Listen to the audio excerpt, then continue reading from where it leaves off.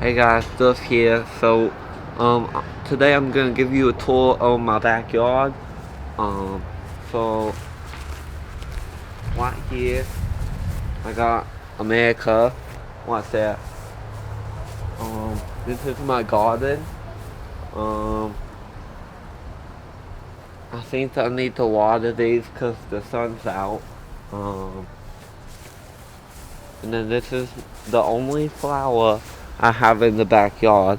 I believe it's a Mayflower. Very rare, worth a lot of money. Um,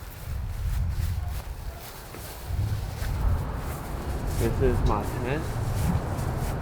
Um, but I don't think it worked because um, it's supposed to give me shade, but I don't know what happened. I set it up right. It came with some kind of fabric or something, but I didn't want that, so I threw it away. So since the 4th grade, I learned how to swing right. I just started to use my feet. That's it.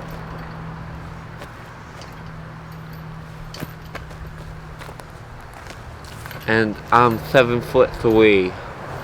Okay, so something you didn't know is that Antarcticans get younger the older they get. So when the babies, that's when they die. So how to make a paper airplane? You're gonna start